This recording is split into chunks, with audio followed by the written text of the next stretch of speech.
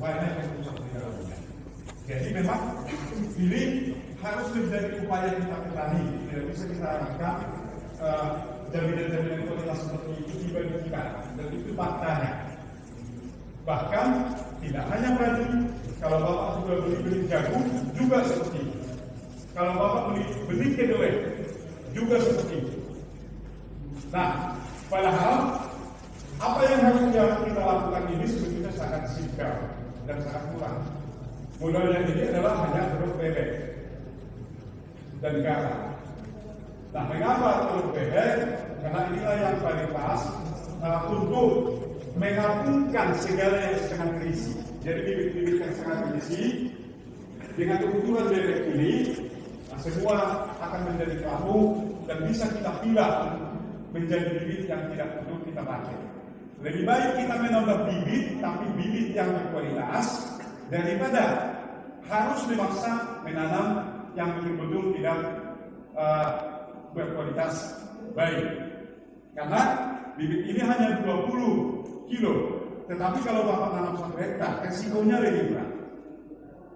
Nah, seringkali bibit ini tak kelihatan, tetapi setelah dia mau bunting, kelihatan bibit ini tumbuh sudah, belum, dan macam-macam. Ternyata sudah terbawa dari benih yang kita pakai sebelumnya.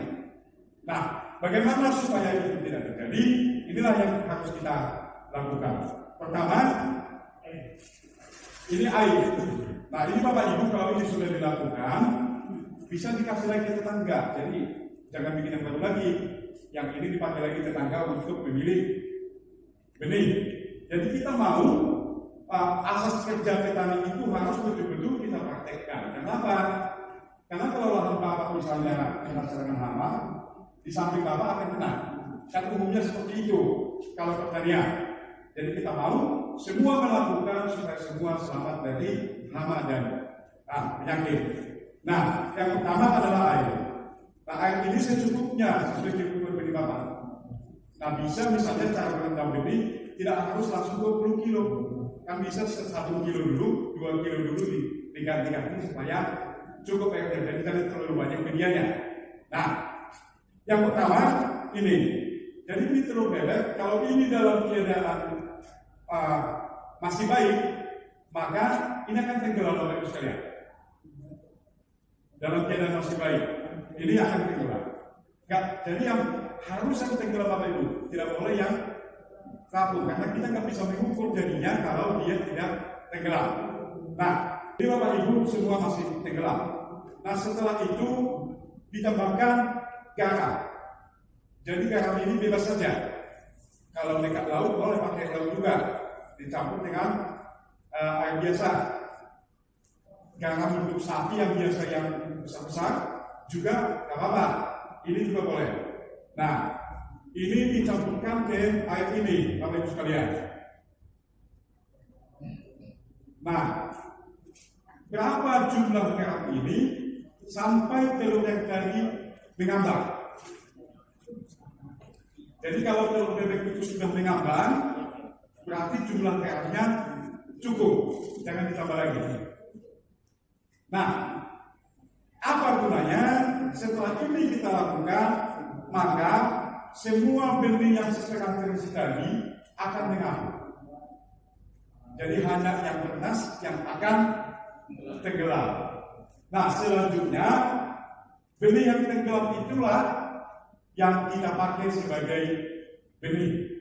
Jadi Bapak bisa coba nanti ada benih sertifikat misalnya, lakukan itu, mungkin paling sedikit 20-30% dia akan mengembang. Jadi itu yang harus Bapak bilang, jangan ditanam lagi, karena kemungkinannya hama-hama penyakit sudah ada di padi tersebut. Nah, setelah ini dilakukan, dipisahkan, jadi ayam yang padi yang memang tadi itu bisa dikembalikan ke ayam atau kemana, telur bebek bisa dimakan lagi. Jadi ini gak diapa-apain Pak, hanya mengukur garam saja supaya ketahuan jumlahnya cukup. Nah, selanjutnya padi-padi yang benih-padi yang tenggelam itu tadilah yang Bapak pakai lagi untuk menjadi tanaman. Nah, ini Bapak Ibu tidak hanya kepada bahan. Kalau misalnya cabai juga pasti dia tenggelam kalau dia masih pedas, kalau dia masih berkualitas. Jadi kalau Bapak bayangin sekarang ada misalnya apa namanya itu ya, yang aren itu loh, yang ada bijinya, yang kolang kalinya. Yang kaleng. Bijinya kan satu biji salah ya. Kalau biji salah tidak bagus itu kan berapa. Tapi kalau Bapak tabungkan pasti dia tetap akan mengapung, nggak bisa tenggelam. Kalau Bapak ambil biji bayam yang bagus, itu pasti sangat lebih ringan daripada biji salah. Tapi kalau dia masih pedas, dia pasti akan tenggelam. Jadi tenggelam dan tidak tenggelam itu bukan karena beratnya, tetapi apakah dia masih panas atau tidak. Jadi itu gunanya kita melakukan ini.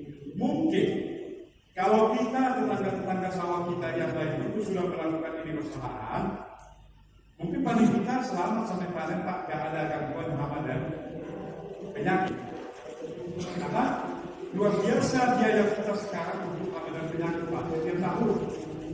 Nah, kalau jadi ini ya Bapak Ibu ya, ini harus kita lakukan karena ini tidak mahal dan tidak sulit juga. Bisa juga kita minta dari tetangga kalau memang sudah selesai. Nah, kalau menurut statistik nasional, bahwa pertanian padi kita ini sebetulnya 40%-nya itu sudah menjadi sewa lahan biayanya. Jadi kita harus bayar 40% sewa lahan. Tenaga kerja itu 30%. Jadi sangat banyak menyita tenaga kerja, biaya produksi daripada padi.